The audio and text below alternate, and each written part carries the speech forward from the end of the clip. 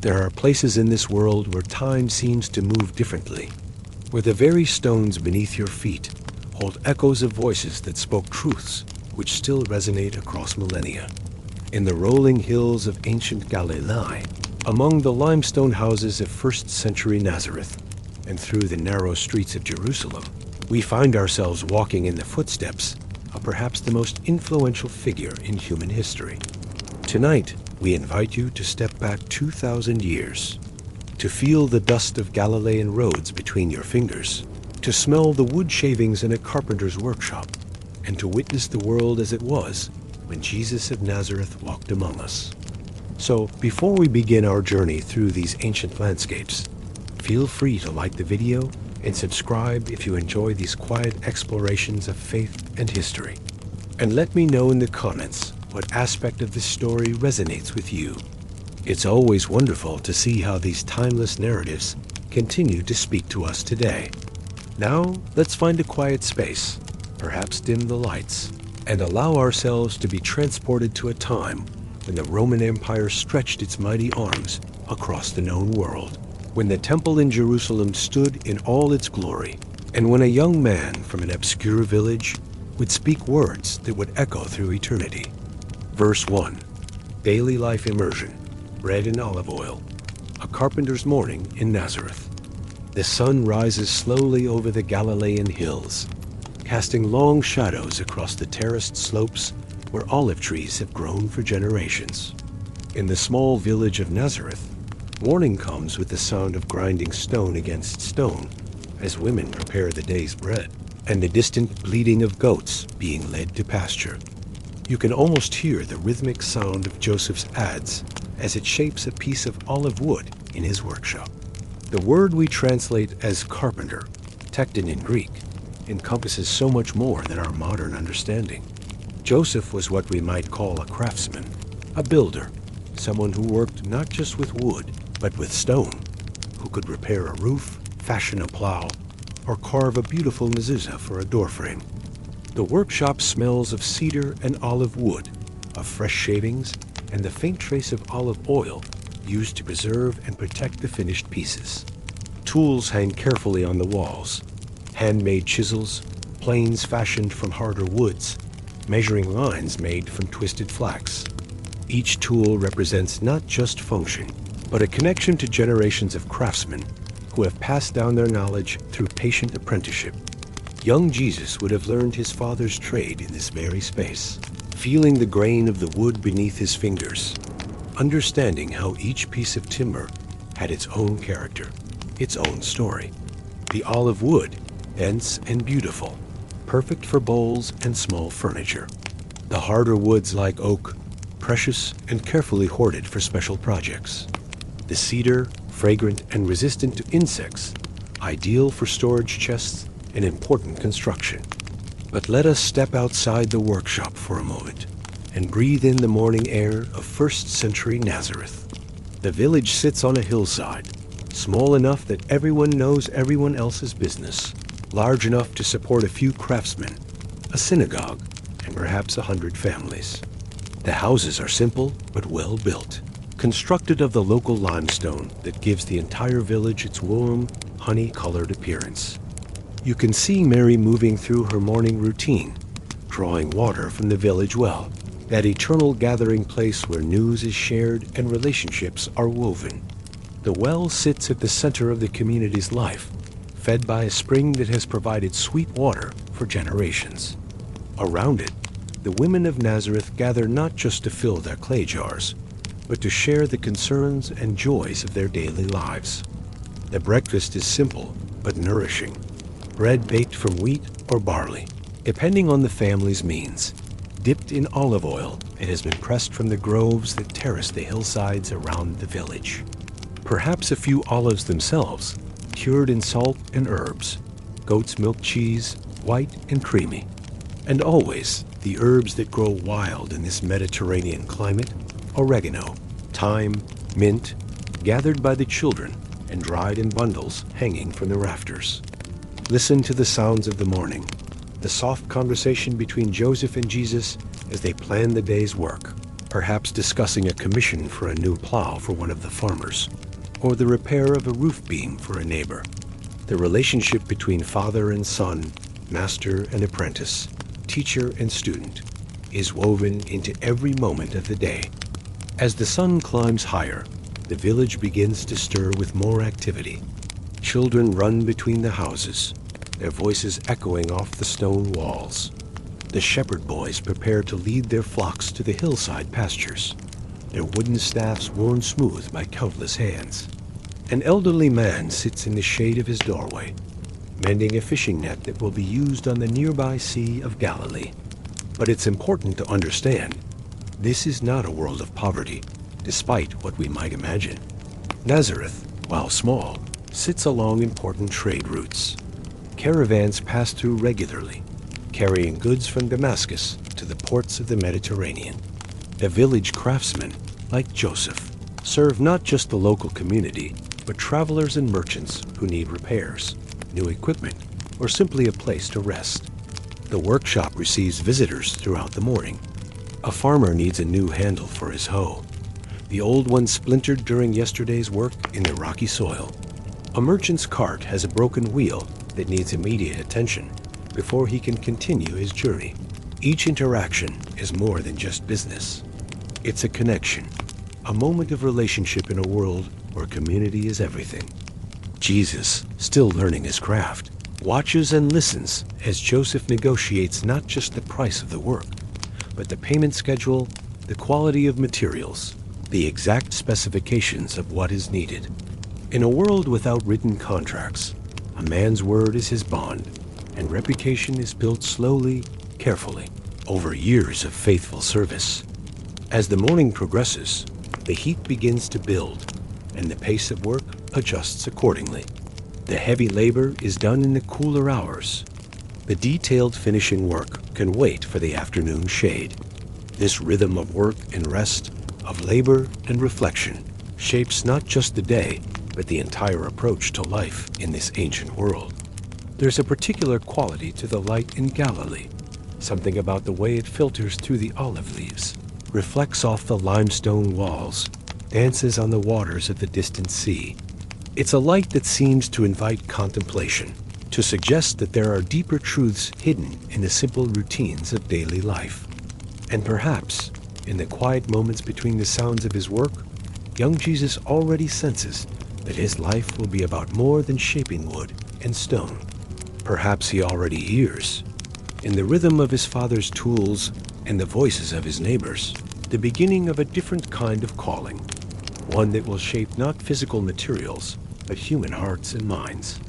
The morning in Nazareth draws toward its close as the sun climbs higher over the Galilean hills, and the simple sounds of daily life, the craftsman's tools, the women's voices at the well, the children's laughter, continue their ancient rhythm, unchanged for generations, unaware that they are providing the backdrop for a story that will transform the world.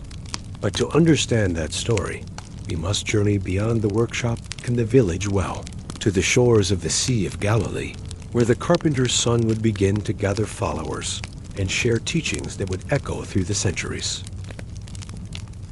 Verse 2. Biography, event narrative, the Sermon by the Sea.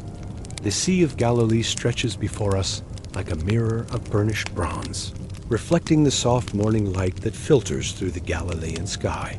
It is not truly a sea, but a freshwater lake, 13 miles long and 8 miles wide, cradled in the Jordan Valley, nearly 700 feet below the level of the Mediterranean. The local fishermen know every inlet, every rocky shore, every place where the fish gather in the early morning hours. It is here, along these shores that have witnessed countless sunrises, that we find ourselves in the presence of a moment that would be remembered and retold for 2 millennia. The man who once shaped wood in his father's workshop now shapes something far more precious, human understanding. Jesus stands at the water's edge, and already a crowd has begun to gather. Word has spread through the fishing villages, Capernaum, Bethsaida, Chorazin, that the teacher from Nazareth speaks with an authority unlike the scribes and Pharisees. His words carry the weight of lived experience, the authenticity of someone who has known the calluses of honest work, a fellowship of shared meals, the rhythms of ordinary life transformed by extraordinary insight. Let us pause for a moment and understand what brings these people to this shoreline. The Galilee of Jesus' time is a land of contrasts and tensions. The Jewish population lives under Roman occupation, governed by Herod Antipas, a puppet king who rules at the pleasure of Caesar. The tax burden is crushing. Roaming taxes, temple taxes, local taxes that leave families struggling to keep their small farms and fishing boats. Yet this is also a land of profound spiritual hunger. The ancient promises of the prophets echo in the synagogues each Sabbath. Isaiah's words about the suffering servant, Micah's vision of justice rolling down like waters, Jeremiah's promise of a new covenant written on human hearts. The people remember the stories of their ancestors, Abraham's faith, Moses' deliverance, David's psalms, Solomon's wisdom.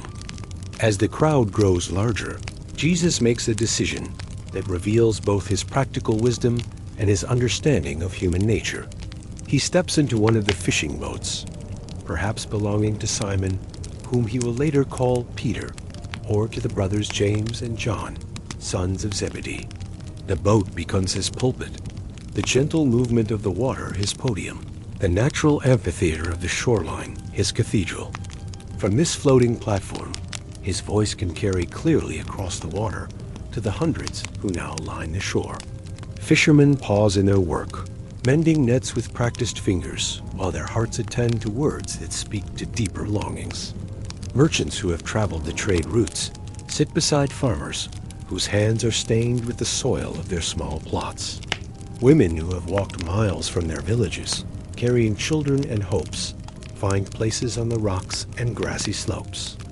The teaching that follows is unlike anything they have heard before, where the religious leaders of their day burden them with endless interpretations of the law. Jesus speaks of the kingdom of heaven as something both present and promised, both simple and profound. His words are not abstract theological concepts, but living truths illustrated through the very world that surrounds them. Consider the lily of the field, he says, and every eye turns to the wild flowers that carpet the hillsides around the sea in spring. Anemones, cyclamen, asphodels, flowers that bloom in glorious profusion and then fade, yet in their brief beauty reflect something eternal. They neither toil nor spin, yet I tell you, even Solomon in all his glory was not clothed like one of these. The simplicity of the image carries depths of meaning that will be unpacked for centuries to come. In a society obsessed with status and accumulation, where Roman wealth and power dominate the visible landscape, Jesus invites his listeners to notice a different kind of glory, the glory of divine provision, of trust in the Creator who clothes the earth with beauty. Blessed are the poor in spirit, his voice carries across the water, for theirs is the kingdom of heaven. The word blessed, makarios in Greek, ashrei in Hebrew, carries nuances that our modern translations struggle to capture. It suggests not just happiness, but a deep satisfaction, a sense of being in harmony with the deepest purposes of existence. The poor in spirit, not necessarily those who lack material possessions, but those who recognize their spiritual poverty, their need for something beyond themselves. In a culture that values honor and status above almost everything else, Jesus proclaims a different kind of blessedness for those who know they are not self-sufficient. As the morning progresses, the teaching continues. Parables flow like water from a spring. Stories of seeds and soil, of wheat and weeds, of nets cast into the very sea that laps at the sides of his boat. Each story is rooted in the daily experience of his listeners, yet opens windows into truths that transcend the immediate moment. The crowd listens with the intensity of people who hear their own deepest longings given voice. Here is someone who understands their struggles, the uncertainty of the fishing trade, the anxiety about daily bread, the complex relationships within families and communities. Yet he speaks of these familiar realities with an authority that suggests he sees them from a divine perspective. But let us step back and consider the historical significance of this moment. In the broader context of first-century Palestine, traveling teachers were not uncommon. The rabbinical tradition was well established, with its methods of interpretation and its scholarly debates. What makes Jesus distinctive is not just his teaching, but his claim to authority. When he says, "You have heard it said, but I say to you," he is claiming the right to interpret and even transcend the received tradition. This is not the cautious scholarship of the schools, but the bold proclamation of someone who speaks as if he has intimate knowledge of the divine will. The political implications of his teaching are not lost on those who listen carefully. When he speaks of the kingdom of heaven, he uses language that evokes the kingdom of Caesar. When he talks about blessed are the meek inheriting the earth, he offers a vision that challenges the Roman assumption that the earth belongs to those who can take it by force. Yet this is not the language of violent revolution. The resistance Jesus proposes is deeper and more transformative, a revolution of the heart that will ultimately prove more powerful than any army. Love your enemies, he teaches. Pray for those who persecute you. Turn the other cheek. These are not the strategies of conventional warfare, but of a different kind of victory altogether. As the sun climbs higher in the Galilean sky, the teaching draws toward its close. But the words that have been spoken will not be forgotten. They will be carried back to the villages, discussed in the synagogues, pondered in the quiet moments of daily work. They will be remembered and retold, shaped into the narratives that will eventually become the Gospels we know today. The boat carries Jesus back to shore, but the ripples of his teaching spread across the water like waves, touching lives in ways that will only become clear with time.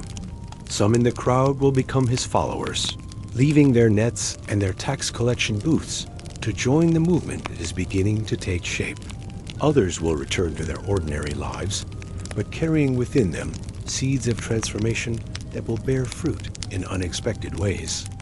And as the crowd slowly disperses, returning to their fishing boats and their market stalls, their farms and their families, the Sea of Galilee returns to its ancient rhythm.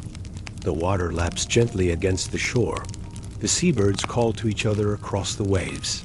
The sun continues its timeless journey across the sky. But something has changed. Words have been spoken that will outlive empires. Truths have been proclaimed that will cross every boundary of culture and language. The carpenter's son has become a teacher, and his classroom is the world itself. Every flower and every grain of sand, every human heart and every human hope. Yet to fully understand the power of these teachings, we must delve deeper into the very method of Jesus' instruction, the ancient art of parable, the way stories become carriers of truth, the cultural context that gave his words their particular power to transform hearts and minds across the centuries. Verse 3, mystery, culture, technology, deep dive, the language of parables. In the quiet corners of first-century synagogues, where oil lamps cast dancing shadows on stone walls, the ancient art of storytelling was being refined into something approaching perfection. The Hebrew word mashal, which we translate as parable, encompasses far more than our modern understanding suggests. It is riddle and proverb, metaphor and mirror, a crystalline vessel that holds infinite depths of meaning. To understand how Jesus transformed this ancient teaching method into something revolutionary, we must first step into the world of Jewish pedagogy as it existed in his time. The rabbinical schools had developed sophisticated techniques for preserving and transmitting wisdom across generations. In a culture where most people could not read, where books were precious commodities copied by hand, the human memory became the primary library. Picture a young student in the house of study, swaying slightly as he memorizes not just the words of Torah, but the precise rhythms, the melodic patterns that make each passage unforgettable. The Hebrew language itself is constructed for memory, its poetry built on parallelism, its meanings layered like the stones of Jerusalem's ancient walls. Each word carries not just its immediate sense, but echoes of every other place it appears in Scripture. The teaching methods Jesus inherited were already sophisticated beyond our modern appreciation. The rabbis spoke of parts, the orchard of interpretation where the same text could be understood on 4 levels: Peshet, Remez, Drash, and Sod. Every story, every saying, was understood to contain multiple layers of truth, waiting to be discovered by those with eyes to see. But Jesus took this ancient art and did something unprecedented. Where the rabbinical parables typically explained existing law or tradition, his parables created new understanding. They didn't merely illustrate points already established. They opened doorways into realities previously unimaginable. Consider the parable of the sower, a story so familiar that we may have lost sight of its revolutionary nature. A sower went out to sow his seed, ... The opening is deceptively simple, rooted in the agricultural reality that surrounded every listener. Anyone who had ever scattered grain could picture the scene immediately. But notice the subtle subversion embedded in the story. In first-century Palestine, farmers typically plowed first, then planted. The practice of scattering seed on unplowed ground would have seemed wasteful, even foolish. Yet this sower throws seed everywhere, on the path, on rocky ground, among thorns, and finally on good soil. The agricultural details are precise and authentic. The rocky ground that covers much of the Palestinian hillsides, where a thin layer of earth lies over limestone bedrock. The thorns, likely the wild artichoke or other aggressive plants that can quickly choke out grain. The path, hardened by countless feet, where seed lies exposed to every passing bird. But embedded within this agricultural realism is a theology that challenges every assumption about divine economy. The God revealed in this parable is generous to the point of apparent waste, scattering the seed of the kingdom with reckless abundance. This is not the careful, measured distribution that human wisdom would recommend, but a divine prodigality that defies conventional understanding. The genius of the parable lies not just in its imagery, but in its structure. Unlike a philosophical argument that moves from premise to conclusion, the parable works by indirection. It allows, indeed requires, the listener to participate in creating the meaning. The story creates a mental space where new understanding can emerge, not through logical argument, but through imaginative engagement. This participatory quality reflects something profound about Jesus' understanding of how transformation occurs. Truth cannot simply be transmitted from teacher to student like water poured from one vessel to another. It must be discovered, experienced, internalized through the mysterious alchemy of story and imagination. The cultural context makes this even more remarkable. In a world where teachers were expected to cite their authorities, to ground their interpretations in established tradition, Jesus tells stories that derive their authority not from rabbinic precedent, but from their power to illuminate human experience. He taught them as one having authority, and not as the scribes, the gospel writers observe. The language choices in these parables reveal deep cultural literacy. When Jesus speaks of a woman searching for a lost coin, his listeners would immediately understand the significance. The coin might be part of her wedding dowry, worn as jewelry and representing not just monetary value, but social identity and security. The intensity of her search, lighting a lamp, sweeping the house, searching carefully, reflects not merely economic concern, but existential anxiety. The parable of the wedding feast draws on elaborate social protocols that governed first-century Palestinian society. The honor-shame dynamics, the careful attention to social hierarchies, the devastating consequences of public rejection. Every detail resonates with lived experience while pointing toward truths that transcend cultural specifics. But perhaps most remarkable is how these parables function as what we might call epistemological Trojan horses. They slip past the defenses of conventional thinking, carrying within them insights that would be rejected if presented as direct theological propositions. The parable of the Good Samaritan, for instance, doesn't argue for the equality of different ethnic groups. Such an argument would likely have been dismissed immediately by Jesus' Jewish audience.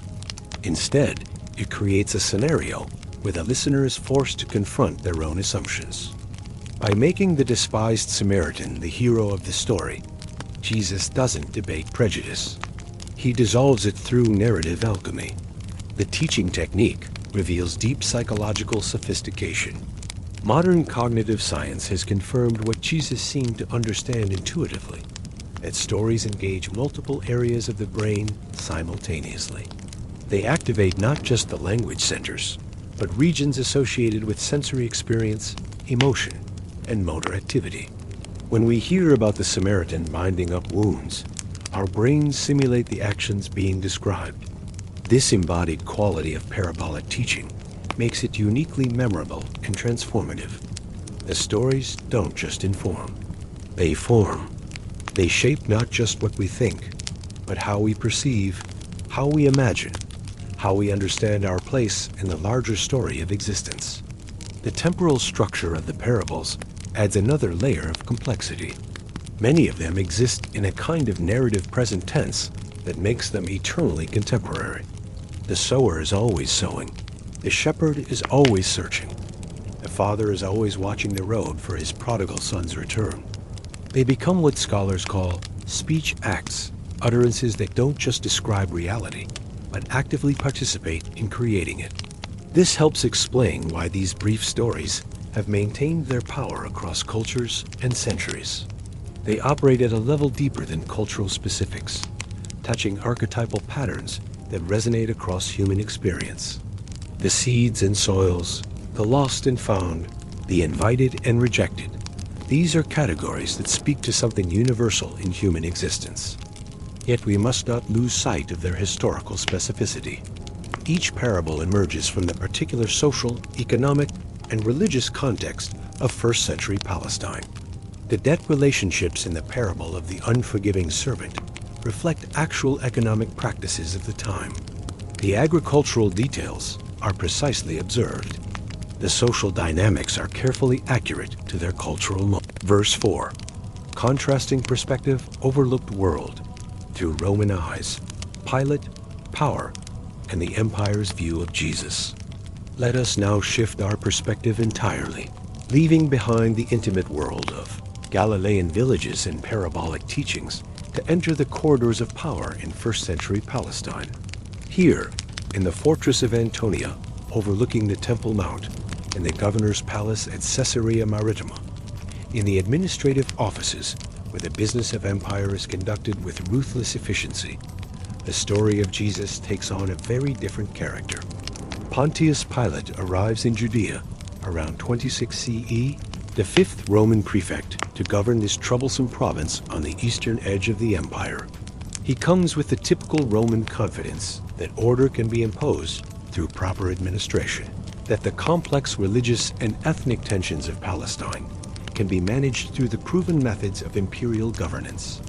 From his perspective, settled in the cosmopolitan port city of Caesarea with its Roman theater, its hippodrome, its aqueducts bringing fresh water from the Carmel Mountains, the rural areas of Galilee and Judea represent a backwater of the empire, important primarily for tax revenue and strategic position, but hardly the center of significant political development.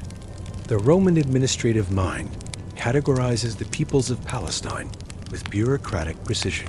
There are the Sadducees, the priestly aristocracy who collaborate effectively with Roman rule, understanding that their privileged position depends on maintaining stability. There are the Pharisees, the popular religious teachers who focus on matters of ritual purity and legal interpretation, generally harmless from a Roman perspective, though occasionally troublesome in their influence over the common people. More concerning are the Zealots, those Jewish nationalists who dream of armed resistance against Roman rule, who remember the successful Maccabean revolt 2 centuries earlier and believe that divine intervention will once again liberate the Jewish people from foreign domination. These require careful monitoring, swift response when they organize, and exemplary punishment when they act. Into this carefully categorized world, comes reports of Jesus of Nazareth. The initial intelligence would have been routine. Another traveling teacher, another would-be prophet, another charismatic figure gathering followers in the countryside. Palestine produces such figures regularly, and most fade into obscurity without requiring official attention. But certain details begin to accumulate that suggest this case may be different. The crowds are larger than usual. The geographical range of his influence is expanding. Most troubling of all, there are reports that his followers are calling him king, a title that immediately triggers Roman concern, regardless of its intended meaning. From the Roman perspective, the distinction between spiritual and political authority is largely meaningless. In their experience, religious movements inevitably become political movements when they reach sufficient size and influence. The Roman approach to provincial governance relies on preventing such movements from reaching critical mass, intervening before they can threaten the established order. The intelligence reports flowing into Pilate's offices would have noted several concerning factors. Jesus' popularity among the common people, particularly in Galilee, where anti-Roman sentiment runs high. His apparent ability to organize large gatherings without advance notice. The loyalty of his followers, who seem willing to abandon their ordinary occupations to follow him. Most significantly, the timing of his activities, coinciding with the politically sensitive period around Passover, when Jerusalem swells with pilgrims and nationalist emotions run high. Yet the Roman sources that survive from this period reveal a fascinating blindness to the true nature of what they are witnessing. The official records, focused on political and military threats, miss entirely the spiritual revolution that is taking place. They catalog Jesus as one among many potential troublemakers, failing to recognize that his movement represents something qualitatively different from the typical messianic pretenders of the time. This blindness is not merely bureaucratic oversight. It reflects a fundamental limitation in the Roman worldview. The empire's success is built on its ability to understand and manipulate political power, but it lacks categories for comprehending the kind of authority that Jesus represents. They can recognize the threat posed by armed rebellion, but they cannot see the far greater threat posed by transformed hearts and minds. Consider the scene in Pilate's judgment hall, as recorded in the Gospel accounts. Here we have the representative of the greatest earthly power of the ancient world, backed by legions that have conquered from Britain to Mesopotamia, facing an itinerant teacher from an obscure village. The conversation that follows reveals the collision of two entirely different understandings of power and authority. "Are you the king of the Jews?" Pilate asks, and the question reveals his framework for understanding the situation. For Rome, kingship is about territory, armies, taxation, administration. Jesus' response, "My kingdom is not of this world," literally makes no sense within Roman categories of thought.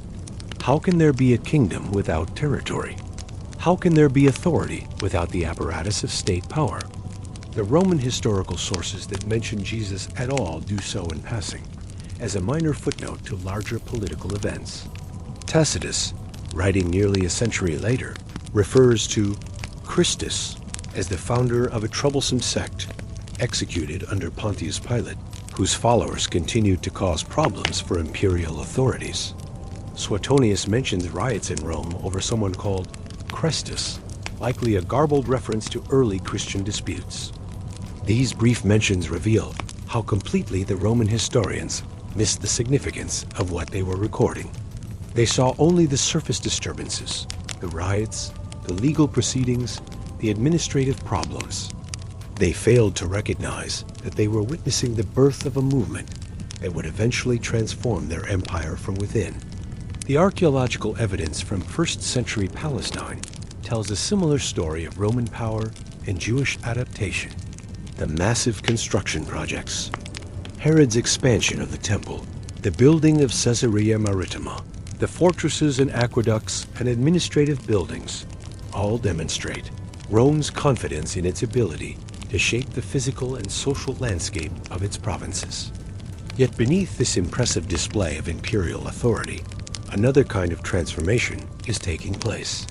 In the small house churches gathering in Jerusalem and Antioch, in the letters being carried along Roman roads by traveling missionaries, in the gradual shift of language and symbol and story that will eventually reshape the empire's understanding of itself.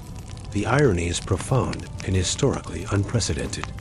The empire that executed Jesus as a political threat would, within 3 centuries, adopt his teachings as its official religion.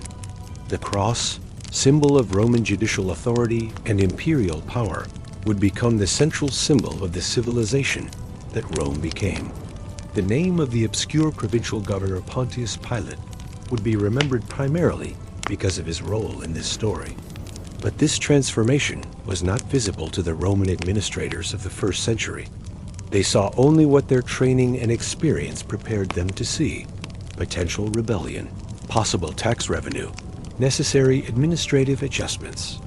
They could not perceive the deeper currents of spiritual and cultural change that were already beginning to reshape their world.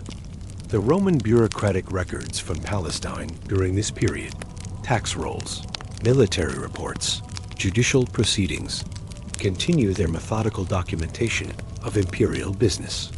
They record the appointment of officials, the construction of public works, the collection of revenues, the punishment of criminals. Jesus appears in these records, if at all, as a brief entry in a legal proceeding, one execution among many, quickly forgotten as the business of empire moves on to more pressing concerns.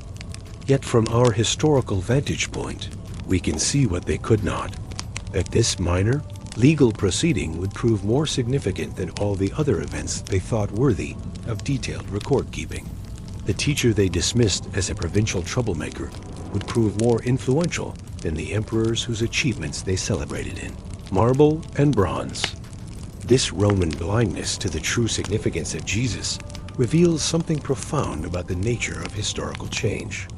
The movements that ultimately transform civilizations often begin in ways that are invisible to the established powers. They operate through changed hearts rather than changed policies, through new stories rather than new armies, through the slow accumulation of individual transformations rather than dramatic public events. The Roman Empire, for all its military might and administrative sophistication, could not defend against the kind of revolution that Jesus represented. It was a revolution that conquered not through force, but through love, not through political maneuvering, but through personal transformation, not through the imposition of external authority, but through the liberation of internal truth. And so, as we step back from these corridors of ancient power, we begin to understand why the story of Jesus has outlasted the empire that executed him. Rome's greatness was built on its ability to organize, to conquer, to administer. But Jesus offered something that no empire can provide: the possibility of genuine human transformation, the hope of authentic relationship with the divine, the promise of a kingdom where the first shall be last and the last shall be first. The stone walls of Roman fortresses have crumbled. The administrative documents have turned to dust. The legions have vanished into history.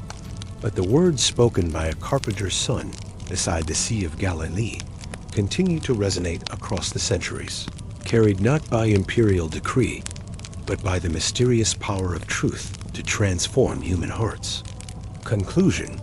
And so our quiet journey through the world of first-century Palestine draws to its close.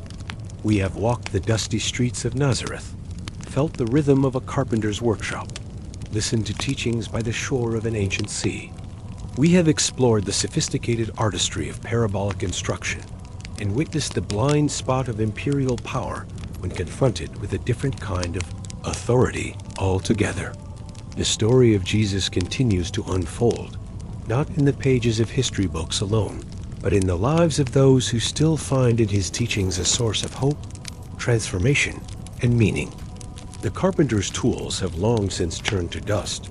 The fishing boats have rotted away. The Roman fortresses have crumbled into ruins. But the words remain, as fresh and challenging today as they were when first spoken beside the waters of Galilee. Perhaps that is the most remarkable thing of all, that these ancient teachings continue to speak to contemporary hearts, that the parables still work their mysterious alchemy of transformation, that the kingdom Jesus proclaimed continues to take root in unexpected places and unexpected ways. Thank you for joining us on this contemplative journey through one of history's most influential lives. If you've found meaning in these reflections, I invite you to explore our other videos delving into the quiet corners of human history, where the most profound changes often begin in the most humble circumstances. Until we meet again in these restful histories, may you find in the ancient stories a source of peace for your own journey, and in the enduring words of the carpenter from Nazareth, a light that continues to shine in whatever darkness you may face.